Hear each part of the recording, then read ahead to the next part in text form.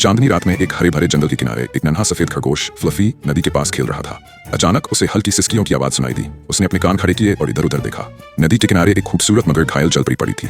उसके लंबे चमकते नीले बाल पानी में फैले हुए थे और उसकी चमचमाती पूंछ पर एक गहरा घाव था जिससे खून रिस रहा था। क्या तुम ठीक हो?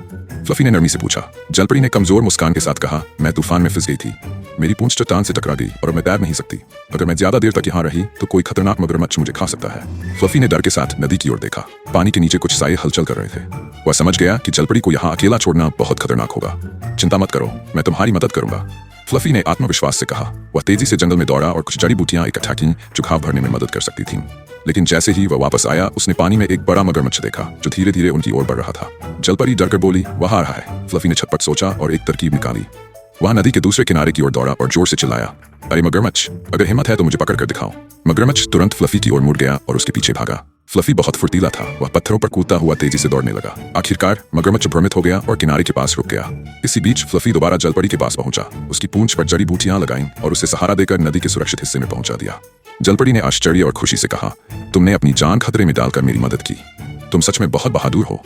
फ्लफी मुस्कुराया और बोला, दोस्त एक दूसरे की मदद के लिए होते हैं। चांदनी रात में जलपरी ने अपनी मधुर आवाज में एक सुंदर गीत गाया और फ्लफी खुशी से नाचने लगा।